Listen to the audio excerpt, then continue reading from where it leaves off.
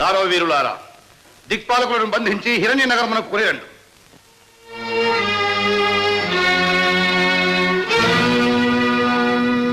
సూచితివా నారదా, ముల్లోకములు జయించి మా ప్రతిజ్ఞ నెరవేర్చినాం.